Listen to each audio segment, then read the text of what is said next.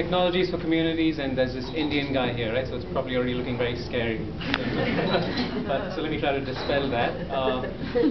I think a fundamental part of choosing what tools your community needs is gauging what your community is and what they are realistically likely to be able to adopt.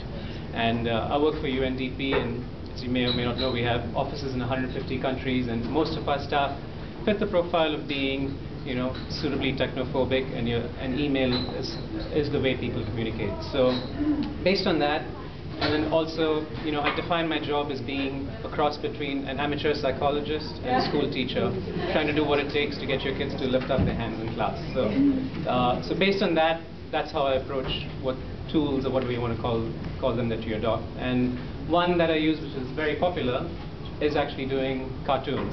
And the area I focus on is management. So it's questions as boring as how do I reduce driver overtime to should our staff take part in demonstrations against the war. So and my goal is to get as many people to contribute, and not just the type A's who are willing to lift up their hands and say something, in front of what is now 3,000 people.